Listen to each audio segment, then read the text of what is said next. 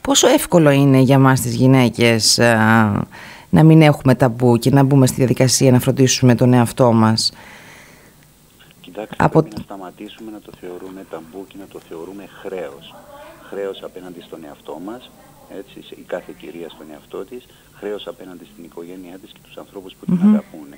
Επομένως πρέπει να φύγουμε τελείως, και ευτυχώς τα καταφέρνουμε τα τελευταία χρόνια, να ξεφύγουμε από το ταμπού και να το θεωρούμε υποχρέωση και προς τον εαυτό μας και προς τους ανθρώπους μας. Είναι κρίμα και άδικο ένας θεραπεύσιμος καρκίνος, ένας αργά εξελισσόμενος καρκίνος στην αρχή του, να του επιτρέπουμε να μας σκοτώνει. Ναι, βέβαια. Τη στιγμή που μπορούμε να τον νικήσουμε, έτσι, νομίζω ότι η αμέλεια ή το ταμπού, οι αναστολές δεν έχουν θέση. Η ενημέρωση βοηθάει, έτσι. Όσο περνάει ο καιρός, όταν υπάρχει ενημέρωση και μιλάμε γι' αυτό, το συζητάμε, υπάρχουν εκστρατείες όπως αυτή εδώ, είναι και ο Οκτώβρης ένας μήνας που θεσμοθετεί όλα αυτές τις συνθήκες. Πώς πάει? Ξεκινήσατε τη Δευτέρα, σωστά? Πάει καλά, οι ημέρες είναι κλεισμένες, οι γυναίκες έρχονται με τα ραντεβού τους και το ευχάριστο είναι ότι η μεγάλη πλειοψηφία των γυναικών έρχεται με την προηγούμενη μαστογραφία της. Μπράβο. Και αυτό είναι πολύ ενθαρρυντικό στοιχείο, γι' αυτό σας λέω ότι πια ξεπερνούμε την περίοδο του ταμπού που ήταν αυτό πριν 20 χρόνια και μπήκαμε τώρα σε μια διαδικασία όπου οι γυναίκες δείχνουν μια σύνεση. Βεβαίως τη σύνεση αυτή την βρίσκουμε πολύ περισσότερο στα κοινοτικά διαμερίσματα, στα χωριά, από ότι στην πόλη. Παρ' όλα αυτά θα επιμένουμε ότι η πόλη κινδυνεύει παραπάνω, σύμφωνα με τα δεδομένα που έχουμε 20 χρόνια τώρα. Στην Ιεράπετρα, στην περιοχή μας δηλαδή, βρίσκουμε κάτι το οποίο είναι εντελώς ανάποδο συγκριτικά με τις υπόλοιπες μελέτες, τις παγκόσμιες μελέτες. Κυρίες με ψηλότερο μορφωτικό επίπεδο αποδεικνύεται ότι είναι περισσότερο αμελής.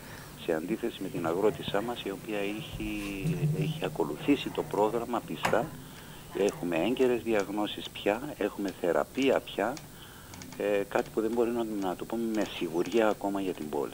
Γιατί πιστεύετε ότι συμβαίνει αυτό? Γιατί είμαστε αμελείς στην πόλη? Κοιτάξτε, να πούμε ότι η καριέρα, να πούμε ότι το μορφωτικό επίπεδο βάζει τις γυναίκες σε μια διαδικασία καθυστερημένης εγκυμοσύνης και καθυστερημένων τοκετών, δηλαδή μετά τα 30, αυτό αυξάνει κάπως τον κίνδυνο εμφάνισης του καρκίνου, μειώνει το χρόνο θυλασμού και αυτό αυξάνει τον κίνδυνο ενός καρκίνου, και σε αντίθεση με την κυρία στα χωριά, που και ο τρόπος ζωής της και ο τρόπος διατροφής της, αλλά και η έγκαιρη εγκυμοσύνη και ο μακροχρόνιος θυλασμός την προστατεύουν. Όπως επίσης την προστατεύει και η αγροτική εργασία. Η γυμναστική γενικά προστατεύει. Επομένως, ενώ έχουμε έναν αυξημένο κίνδυνο, βλέπουμε μια σχετική αδιαφορία. Δηλαδή στα προγράμματα του Ερυθρού Σταυρού, η συμμετοχικότητα που έχουμε από κοπέλες με καριέρα, σαν και εσάς ας πούμε, δεν συμμετέχουν στο πρόγραμμα του Ερυθρού Σταυρού. Το ευχάριστο όμως που μπορούμε να πούμε είναι ότι το μήνυμα το οποίο ακτινοβολεί σε όλη την περιοχή, κάθε χρόνο και ανανεώνεται, διασπείρεται και έτσι πολλές κυρίες που δεν εντάσσονται στο πρόγραμμα του Ερυθρού Σταυρού από μόνες τους, και αυτό είναι πολύ καλό, κάνουν τον έλεγχό τους, κάνουν την ετήσια μαστογραφία τους, μαθαίνουν πώς να αυτοεξετάζονται και επισκέπτονται και τον γιατρό τους μια φορά του χρόνου. Έναν ειδικό γιατρό όμως που να ξέρει το θέμα του μαστού. Και να ποντάρουμε σε μια έγκυρη διάγνωση. Ούτε όλοι οι γυναικολόγοι, ούτε όλοι οι χειρουργοί. Θα πρέπει να πηγαίνουμε σε έναν χειρουργό που ξέρει και έχει ασχοληθεί με το θέμα μαστός. Γιατί φοβόμαστε τόσο για τη μαστογραφία εμείς οι γυναίκες? Δεν πρέπει να τη φοβόμαστε τη μαστογραφία. Είναι και αυτό ένα ταμπού, γιατί έχει ακτινοβολία. Δεν έχει ακτινοβολία. Έχει ελάχιστη ακτινοβολία. Είναι λιγότερη ακτινοβολία από μια ακτινογραφία θώρακος. Είναι αντίστοιχη ακτινοβολία που έχει η μαστογραφία με ένα ταξίδι που θα κάνουμε με το αεροπλάνο να πάμε στην Αθήνα. Επομένως δεν πρέπει να φοβόμαστε τη μαστογραφία. Τη μαστογραφία πρέπει να την κάνουμε, γιατί πάντα πρέπει να παίρνουμε το όφελος, το μεγάλο όφελος που δίνει απέναντι στην έκθεση μιας ελαφράς ακτινοβολίας, η οποία δεν είναι επικίνδυνη, είναι πάρα πολύ μικρή ακτινοβολία. Πρέπει να ξέρει ο κόσμος ότι ακτινοβολούμαστε κάθε στιγμή. Ακόμα και τώρα που βιάζουμε, ακτινοβολούμαστε. Αν πιούμε ένα ποτήρι κόκκινο κρασί θα ακτινοβοληθούμε. Και είναι περίπου αντίστοιχη ακτινοβολία της μαστογραφίας με αυτά που σας περιγράφω. Ο δεύτερος φόβος είναι μα θα πονέσω. Ναι, αυτό. Ναι, αυτό μπορεί να συμβεί. Αυτό μπορεί να συμβεί στην προσπάθεια του ακτινολόγου να βγάλει μια καλή ποιοτική μαστογραφία. Θα πρέπει δυστυχώς λίγο ο μαστός να συνθλιβεί. Δεν χάθηκε ο κόσμος. Αυτό κρατάει μερικά δευτερόλεπτα. Δεν πρέπει για πιθανό πόνο, γιατί δεν μπορεί να είναι πάντα, για ένα πιθανό πόνο που θα κρατήσει μερικά δευτερόλεπτα να θέτουμε τον εαυτό μας σε έναν κίνδυνο. Είναι άδικο και εμείς πρέπει να πολεμούμε την άδικη απώλεια ζωής με κάθε μέσο. Είναι πραγματικά άδικο, γιατί είναι ένας θεραπεύσιμος καρκίνος, όπως είπατε αρχικά κι εσείς. Και μπορεί είναι ένας θεραπεύσιμος καρκίνος, οπότε είναι κρίμα και άδικο να το αφήσουμε στο έλεος του Θεού. Ότι ένας καρκίνος στο μαστό, και μιλάμε για το 80% των περιπτώσεων, υπάρχουν δυστυχώς μερικές εξαιρέσεις, θέλει 5 χρόνια για να γίνει 1/100.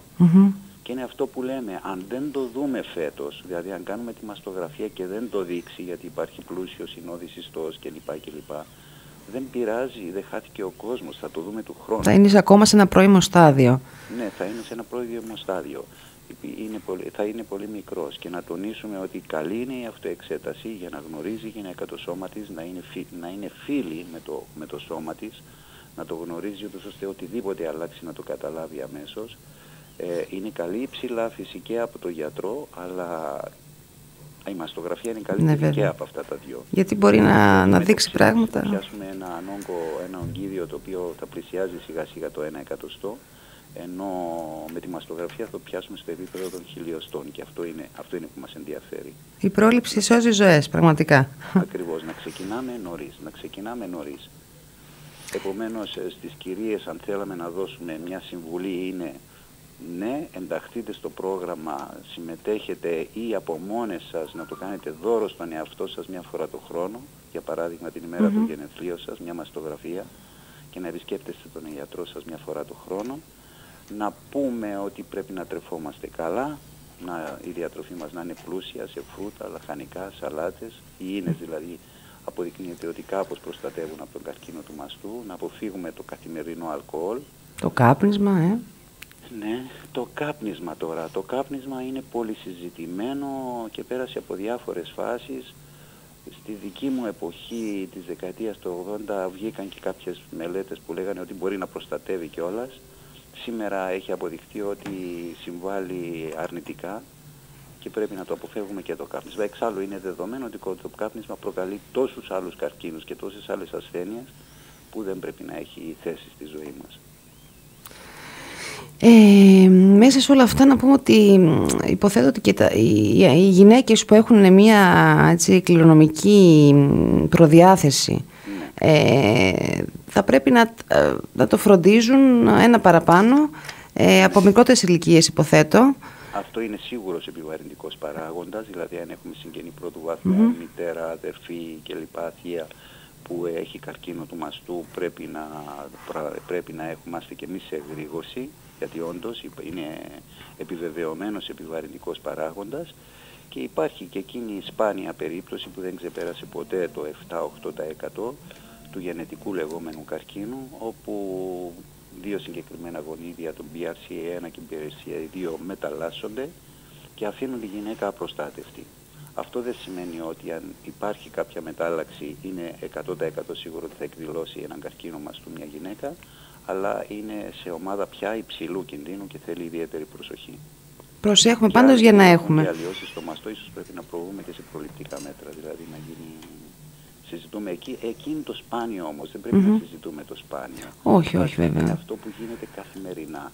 Και το καθημερινό είναι το 80-90% των καρκίνων που δεν είναι γενετικοί, που μπορεί να έχουν μια κληρονομική επιβάρυνση, δηλαδή συγγενείς να έχουν εκδηλώσει, αλλά δεν χρειάζεται να φοβόμαστε, δεν χρειάζεται πουθενά ο πανικός.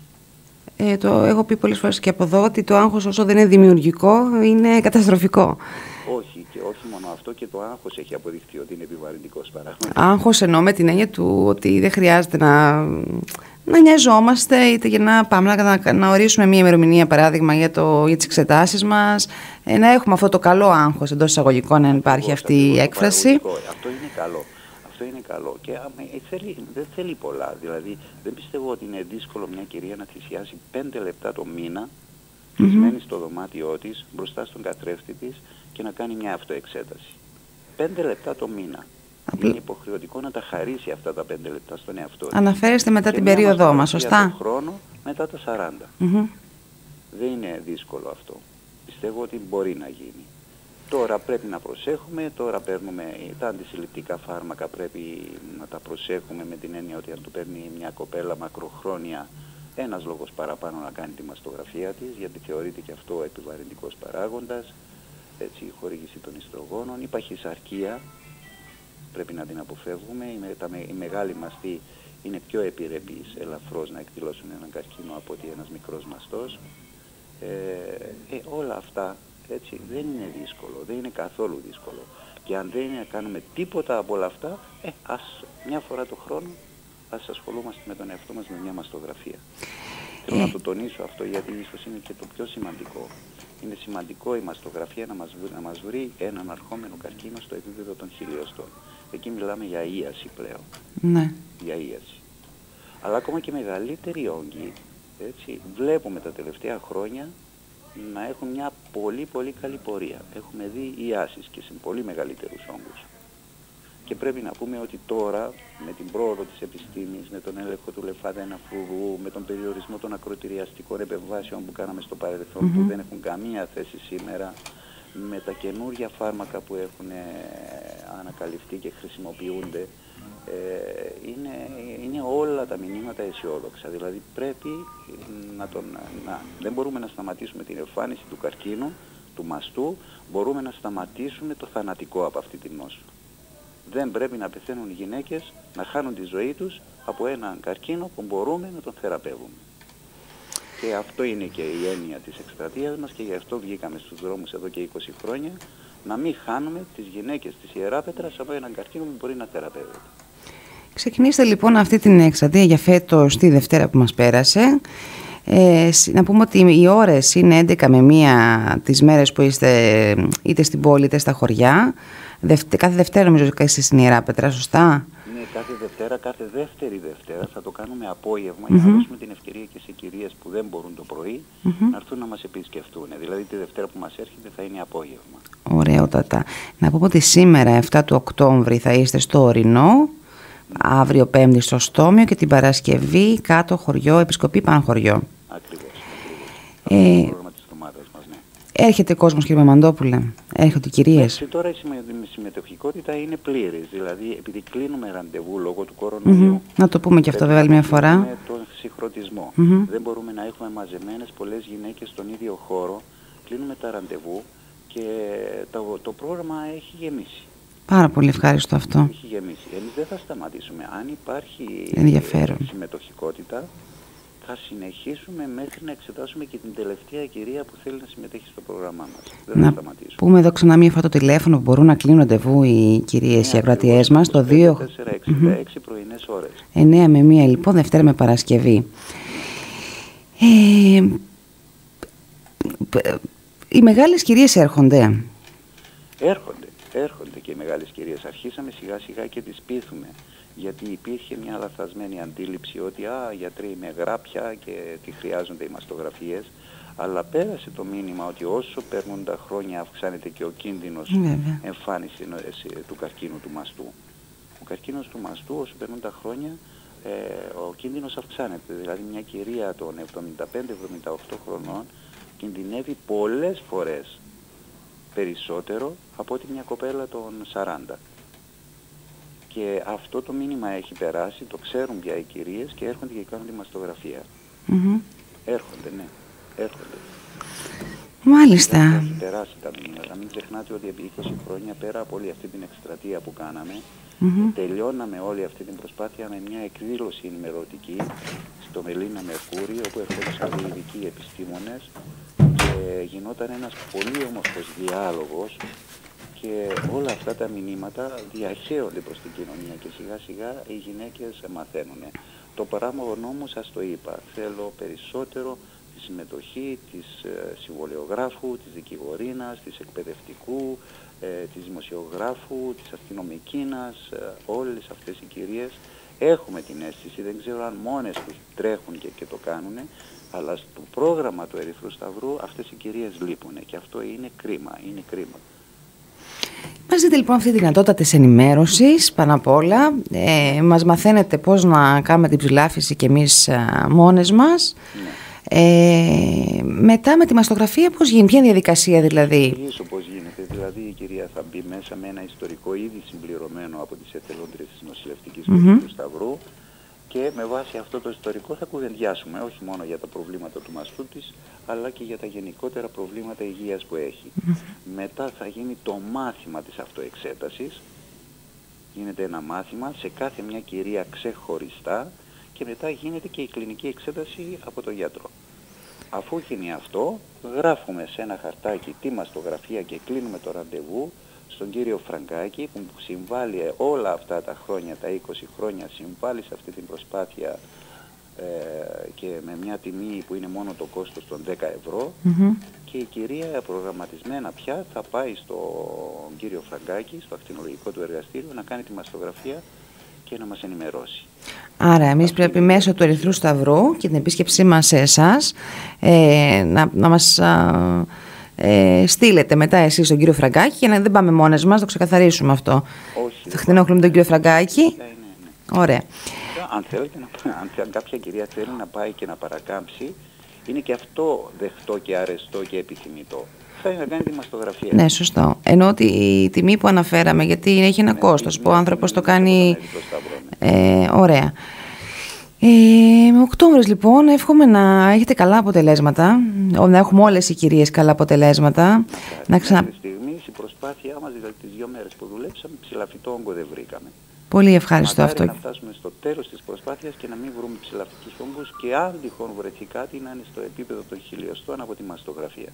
Τότε μιλάμε για νίκη μεγάλη και ότι δεν θα χάνουμε κυρίες από τον καρκίνο του μαστού. Αυτό, να πούμε λίγο ότι είναι ένας καρκίνος θεραπεύσιμος, συχνό φαινόμενο ο καρκίνος του μαστού όμως, να το πούμε και αυτό. Πάρα πολύ συχνός. Δηλαδή αν καθίσουν 8 κυρίες μαζί να πιούν καφέ, μια από αυτές στο διάβα της ζωής της θα εκδηλώσει καρκίνο του μαστού. Και εμείς ερχόμαστε και λέμε δεν πειράζει. Θα το θεραπεύσουμε.